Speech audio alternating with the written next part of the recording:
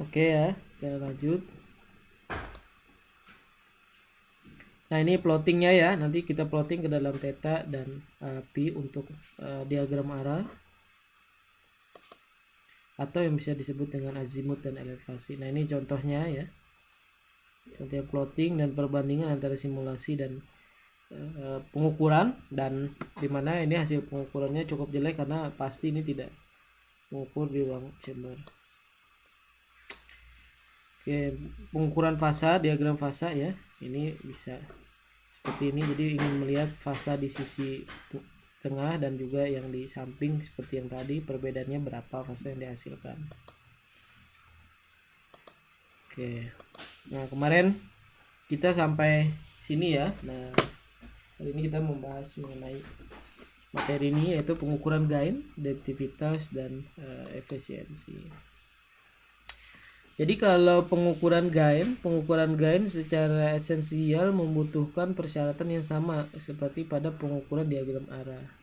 Namun terlalu sensitif terhadap pantulan dan interferensi, karena pengukuran gain itu adalah mengukur antena pada di titik optimum main loop-nya. Jadi benar-benar saling berhimpit antara pemancar dan penerima itu face to face dan antar main loop masing-masing.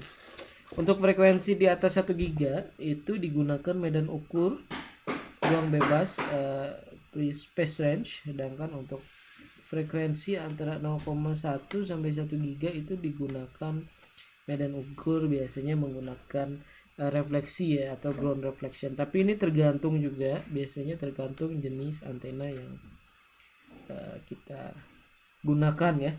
Pada frekuensi di bawah 0,1 dimensi antena menjadi sangat besar, dan umumnya gain langsung diukur pada tempat operasinya. Nah, sedangkan untuk frekuensi di bawah 1 MHz umumnya ground wave gain tidak bisa diukur, dan yang diukur adalah medan listrik yang dihasilkan, kira-kira seperti apa. Karena di bawah 1 MHz dapat dipastikan dimensi antena itu sangat besar sekali, dan kalaupun harus dipaksa diukur itu berapa, bayangin 2D kuadrat per lambdanya. Makanya biasanya yang kita lihat adalah medan listrik yang dihasilkan. Gain, direktivitas, dan efisiensi memiliki hubungan umum seperti ini. Jadi gain itu merupakan perkalian antara efisiensi terhadap direktivitas suatu antena. Nah, sehingga kalau metode pengukuran gain, metode yang dipakai untuk mengukur gain itu ada beberapa macam.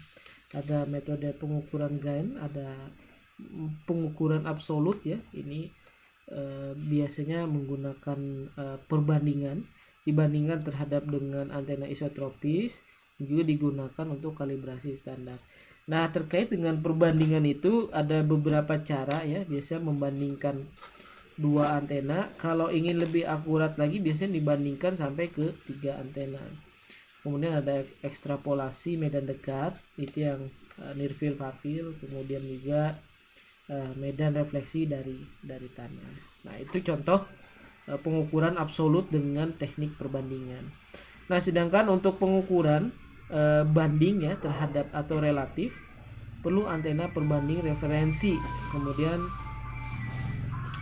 estimasi gain untuk antena referensi, biasanya referensi yang kita gunakan tuh dipol ya, dipol 2,14 atau Hon. Kalau dipol ini kan terbatas biasanya frekuensinya. Kadang fasilitas pengukuran itu jarang menggunakan antena dipol, karena kalau berbagai macam frekuensi kan akan banyak jenis antena dipolnya ya. Kalau Hon biasanya kan broadband tuh, Hon broadband, jadi dari frekuensi HF misalkan, atau dari frekuensi 1 giga sampai ke ada yang sampai ke 40 giga. Jadi itu lebih menguntungkan, satu antena bisa digunakan sebagai referensi berbagai frekuensi antena.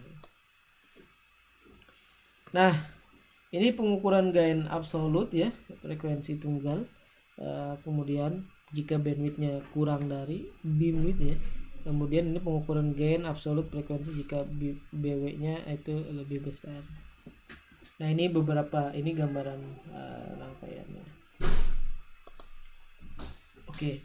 Nah, kalau dengan menggunakan metode antena to antena method itu sering juga disebut dengan sebagai metode reverse resiprositas ya. Jadi kita melihat perbandingan dengan gain antena yang satunya. Biasanya itu bisa menggunakan link budget juga bisa dilihat. Jadi ada gain transmit dan gain receive-nya. Prinsip dasar perbandingan daya yang masuk ke antena TX dengan daya yang diterima TX dengan konsep transmisi series. Setelah jarak keduanya diketahui, maka antena yang digunakan adalah dua buah antena identik. Ini kalau ini tadi ya. Kemudian dua buah antena identik, yang satu digunakan sebagai antena pemancar dan yang satu digunakan sebagai antena penerima. Jadi itu kan kayak gini nih, kan daya kan. Nah, WR daya transmit itu sama dengan daya receive itu yang kita terima itu pasti sama dengan antara di dalamnya itu pasti ada daya transmit, kemudian gain transmit dan juga gain receive. Kemudian ini ya, pi per lambda per 4 PR ini kan tergantung jarak ya dan lambda yang digunakan. Kemudian kalau GT itu maka gain transmit itu kan nilainya karena dia identik maka dia nilainya kan sama tuh. Jadi kalau kita mendapatkan dalam konsep ini maka nanti kan dia dibagi setengah karena dia merupakan satu kesatuan. Ketika dijumlahkan maka harus dijadikan setengah. Nah, kemudian dari persamaan ini maka kita dapatkan gain dalam dB setengah 20 log 4 PR per lambda. Ini kan ada pengaruh propagasi juga di situ karena ada gain receive yang diterima ya. Gain receive yang diterima dibandingkan terhadap gain transmit yang dipancarkan dengan dipengaruhi nilai gain. Oleh karena itu nilai gain itu bisa kita ketahui.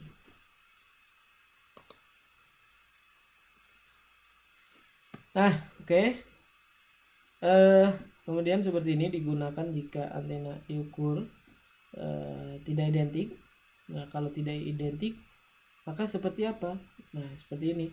Satu, prinsip dasar membandingkan tiga